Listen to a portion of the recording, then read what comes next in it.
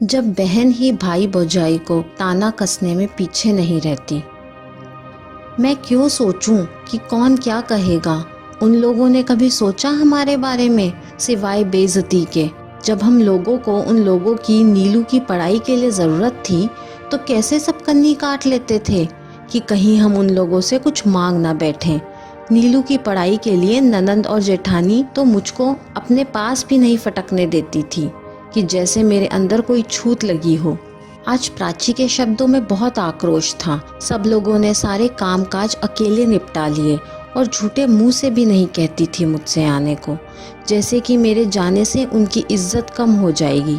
मैंने बहुत अपमान झेला है लेकिन अब नहीं। प्राची, मैं तुमसे पूरी तरह सहमत हूँ, लेकिन उनका हिसाब वो लोग जाने। अब हम लोग भी तो उनके जैसे नहीं बन जाएंगे ना, फिर उनमें और हम में अंतर ही क्या रह जाएगा। सोचो, सब आस पड़ोस के लोग होंगे और अपने ही लोग नहीं होंगे तो कैसा लगेगा। प्रियांशु समझाते हुए बोले। बड़े भाई इंजीनियर और एक बहन, उनके पति भी इंजीनियर, लेकिन प्रियांशु हमेशा से ही पढ़ाई लिखाई में कमज़ोर थे। तो पिताजी ने बहुत कह सुनकर अपने ही दोस्त के स्कूल में क्लर्क का काम दिलवा दिया, और जब नौकरी अच्छी नहीं तो रिश्ते भी कमलनाथ ने साधारण परिवार से कर दिया। लेकिन प्राची को कोई दिक्कत नहीं, क्योंकि उसके लिए यही सब कुछ बहुत था। जब जेठानी और ननंद आपस में मिल जाती तो प्राची और प्रियांशु को हिकारत भरी दृष्टि से देखती, क्योंकि कम पैसा होने के कारण उनका रहन सहन भी बिल्कुल साधारण था। धीरे धीरे उन लोगों ने प्रियांशु और प्राची को अपने घर के कार्यक्रमों में बुलाना भी बंद कर दिया। लेकिन प्रियांशु यही कहते कि कहीं घर वालों को भी बुलाया जाता है, और वो जबरदस्ती प्राची को लेकर चला जाता, और फिर वहाँ गाहे बगाहे उन दोनों का अपमान होता जरूर। जेठानी ननंद बेहद खूबसूरत और प्राची साधारण रूप रंग की, उस पर भी दोनों के दो दो बेटे और प्राची की गोद में बेटी। जेठानी ननंद को पैसे के साथ साथ रूप रंग और बेटों का भी बड़ा अहंकार था। क्यों भाभी, ये साड़ी तो पिछली बार भी पहनकर आई थी, या फिर अपनी नहीं तो कम से कम हमारी ही इज्जत के बारे में सोच लिया होता। बाजार में इतने ब्यूटी प्रोडक्ट्स आते हैं, थोड़ा मेकअप करके ही खूबसूरत बन जाती। प्राची अपमान का कड़वा घूंट पीकर रह जाती। अरे प्रियांशु, ढंग के कपड़े नहीं थे तो हमसे मंगवा लेते। तुम्हारे जीजा जी के बहुत पुराने कपड़े पड़े हैं, कम से कम इन कपड़ों में आकर मेरी बेइज्जती तो ना करवाते। और किसी को क्या कहें, बहन ही भाई भौजाई को ताना कसने में पीछे नहीं रहती। लेकिन अब प्राची ने ठान लिया था कि चाहे जो कुछ भी हो जाए, लेकिन वो उन लोगों के घर किसी कार्यक्रम में नहीं जाएगी।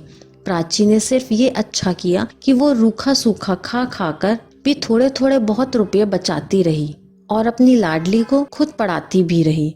टूटा फूटा पुश्तैनी घर का छोटा सा टुकड़ा भी उसको मिल गया था। भाई बहन दोनों की तो कोठी थी, लेकिन प्रियांशु और प्राची के पास एक छोटा सा कमरा, जिसमें खाना भी बनाना और रहना भी। हाँ, खाली जमीन जरूर पड़ी थी। बस प्राची का एक ही संकल्प कि कैसे भी करके 2 कमरे और एक रसोई और बाथरूम बनवा लिया जाए, और बिटिया को कुछ बना जरूर दिया जाए। सौभाग्य से बिटिया नीलू पढ़ने लिखने में बहुत तेज थी और उसको स्कूल से स्कॉलरशिप भी मिलने लगी। नीलू ने अपने दम पर बिना कोई ट्यूशन के हाई स्कूल और इंटर में टॉप किया।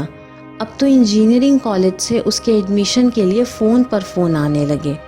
मम्मी, मैं अब आगे नहीं पढ़ूंगी। माना कि स्कॉलरशिप मिल जाएगी, लेकिन मम्मी और भी तो बहुत खर्चे होते हैं। नीलू दिल पर पत्थर रखकर बोली।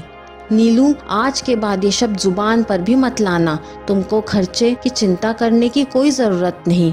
अभी हम लोग बैठे हैं, मेरी सारी उम्मीदें तुमसे बंधी हैं। प्राची ने मायके और ससुराल से मिले सारे जेवर निकालकर प्रियांशु के हाथ में पकड़ा दिए। मैंने आपसे कभी कुछ नहीं मांगा, बस मेरी बिटिया की पढ़ाई नहीं रुकनी चाहिए। प्राची की आंखों में आंसू थे और वो अपने फैसले पर दृढ़ संकल्पी थी। नीलू आसमान की ऊंचाइयों को छूने लगी। इंजीनियरिंग की पढ़ाई पूरी होने से पहले ही उसका कैंपस सिलेक्शन हो गया और वो आज इंजीनियर बनकर पहली बार घर आ रही थी। अब मैं भी शान से कह सकूंगी कि मेरी बेटी भी इंजीनियर है। प्राची की आवाज ये कहते हुए भर्रा उठी। प्राची ने पूरे मोहल्ले में मिठाई बांटी। नीलू ने सबसे पहले अपना घर बनवाया और नीलू को प्राची की बहन की देवरानी ने अपने बेटे के लिए प्राची से हाथ जोड़कर मांग लिया। बहन जी, मुझे सिर्फ आपकी बेटी चाहिए और कुछ नहीं। मैं तो कृतार्थ हो गई आप लोगों जैसे संबंधी पाकर। कल नीलू की एंगेजमेंट थी और आज प्राची प्रियांशु के परिजनों को बुलाने के लिए साफ मना कर रही थी। मम्मी सही कह रही हैं पापा, जब उन लोगों ने हम लोगों को कभी सम्मान नहीं दिया तो हम लोग क्यों उनके पीछे भागे। रक्षाबंधन पर जब कभी मैं ताई जी के बेटों से राखी बनवाने के लिए कहती थी तो वो लोग मेरा मजाक उड़ाते थे। नीलू भी कुछ सोचकर रो पड़ी। नहीं बेटा, घर वाले चाहे जैसे भी हों, लेकिन उनके बिना कार्यक्रम की शोभा भी नहीं होती। तुम लोग भी गलत नहीं हो, लेकिन कोई बात नहीं, हम लोग उनको पूरे सम्मान से बुलाएंगे। ठीक है, जैसी आपकी मर्जी। आखिरकार प्राची मान ही गई और आज सब लोग नीलू की एंगेजमेंट में शामिल हो गए। शायद सबको मन में आत्मग्लानि थी उन लोगों से अच्छा व्यवहार ना करने की। छोटी, हम लोगों को माफ कर दो, हम लोगों ने तुम्हारे साथ बहुत खराब व्यवहार किया। हाँ सचमुच भाभी, लेकिन मुझे विश्वास है कि हमारी भाभी हमको माफ कर देगी। जी जी, बुरा मत मानिएगा, पैसा बोलता है। अगर आज भी मेरी बेटी इंजीनियर ना बनी होती तो आप लोग हमारे कार्यक्रम में शामिल होने के लिए नहीं आते। सब वक्त वक्त की बात है।